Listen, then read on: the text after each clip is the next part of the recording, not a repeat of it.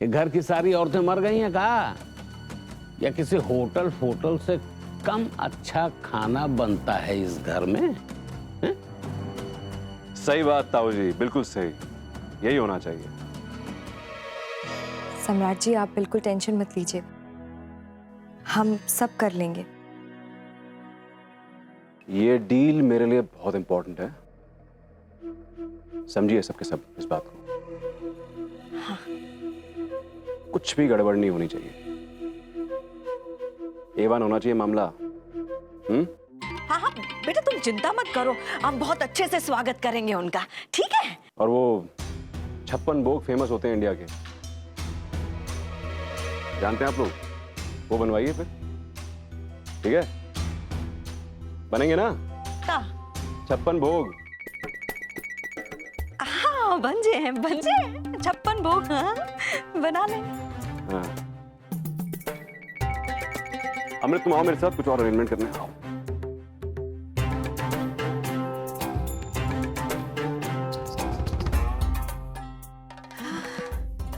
इतना सारा काम कैसे होगा? वही तो माँ जी, 56 भोग बनाना कोई आसान काम नहीं है। ये काम करने के लिए तो बहुत टाइम लगेगा। माँ जी, भाभी, आप लोग बिल्कुल चिंता मत कीजिए, जल्दी जल्दी पहले लिस्ट बना लेते हैं। हाँ भाभी, हम लिस्ट बना लेते हैं, तब तक आप कुछ और कर लीजिए। हम देख लेते हैं कि किचन में क्या क्या मंगवाना है। हाँ।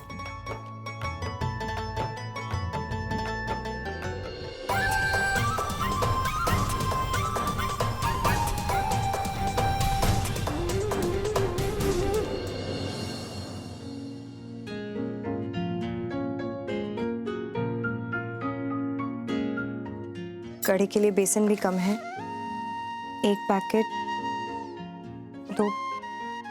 ही बहुत है। एक पैकेट बेसन, मूंग की दाल, मोठ 2 किलो।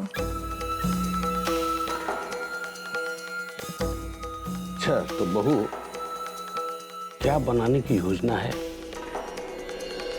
लिस्ट तो बना ली है हमने ताऊ जी, बहुत कुछ बनाने की प्लानिंग है। और हम कुछ चीज़ें ऐसी बनाते हैं ताऊ जी, जो हमारे अलावा दुनिया में हमसे ज़्यादा अच्छा कोई नहीं बनाता। मेहमान भी जब हमारे हाथ का बना हुआ खाएंगे ना, तो बस खाते ही रह जाएंगे। फिर देखिएगा, सम्राट जी की डील फाइनल ना हो, ऐसा तो हो ही नहीं सकता। वाह, प्लानिंग तो शानदार सजाई है तुमने। आपको पता है ताऊ जी, हमारे मायके की कॉलोनी में सब कहा करते थे कि कुछ चीजें हम ऐसी बनाते हैं जो कोई नहीं बना सकता। और जब हमारी वाली रेसिपी वो बनाती थी तो हमें टेस्ट करने के लिए बुलाती थी, लेकिन वैसा बनता नहीं था। वो करेक्ट टाइमिंग ही नहीं आती थी ना। मतलब सम्राट सही कहता है, नौकरानी की तरह तुम हर काम करती हो, वो भी बिना पगार के, है ना बहू? ये हैसियत है तुम्हारी इस घर में। क्यों? ऐसा क्यों कह रहे ताऊ जी? घर के कामकाज करने में कोई नौकरानी थोड़ी ना बन जाता। वो तो सम्राट जी ने ऐसे ही गुस्से में अपनी फ्रस्ट्रेशन निकालने के लिए कह दिया था। अच्छा, अब भाई जैसे भी कहा तो यही था। अब मजाक तो सम्राट करता ही नहीं। फॉर योर काइंड इंफॉर्मेशन, और जो बातें सम्राट ने कही वो करेक्ट थी शायद, क्योंकि तुम वही सब करती हो, गलत नहीं है वो। प्रॉब्लम तुम्हारे ही अंदर है।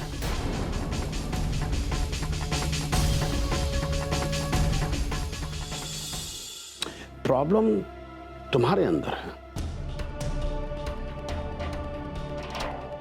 हम ऐसा नहीं सोचते ताऊ जी।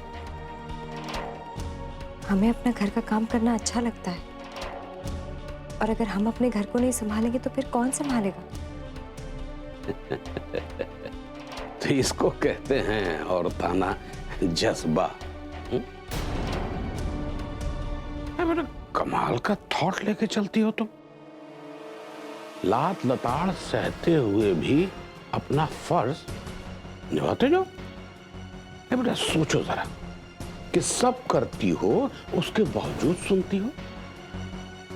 क्या कहते हैं उसे कि तुम्हारी कोई अहमियत नहीं है, अपनी औकात में रहो। अपनी औकात मत भूलना, ओके? नौकरानी हो इस घर की, वही रहो। उस मेड से ज्यादा हैसियत नहीं है आपकी जिसे मैंने आज हायर किया था। उसे तो फिर भी पैसे देके बुलाया था, तो बिना पैसों के इस घर में है। नौकरानी से भी बदतर, नौकरानी से भी बदतर, नौकरानी से भी बदतर। बेटा जब अपनी औकात तुमने खुद ही नहीं समझी, अपना सम्मान खुद नहीं किया, तो दूसरों से काहे उम्मीद लगा ली तुमने सम्मान की? बेटा क्लियर बात तो ये है कि जो अपना सम्मान खुद नहीं करता, दूसरों से सम्मान पाने की कोई उम्मीद नहीं करनी चाहिए।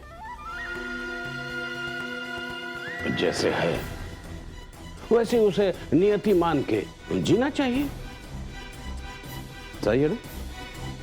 तुम्हारी फिलॉसफी तो यही कहती है ना कि करते जाओ करते जाओ। अब किसी को कद्र हो तुम्हारी या ना हो, तो करते जाओ।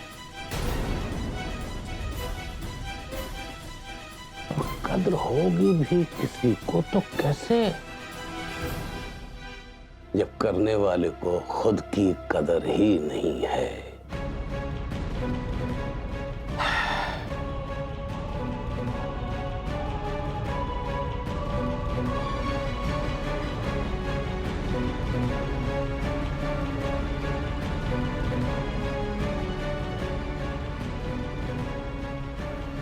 थिंक,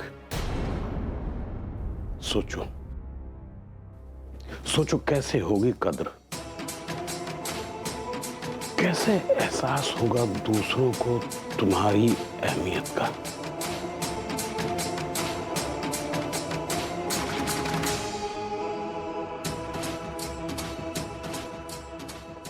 अबला जीवन है तुम्हारी यही कहानी। आंचल में है दूध और आंखों में पानी।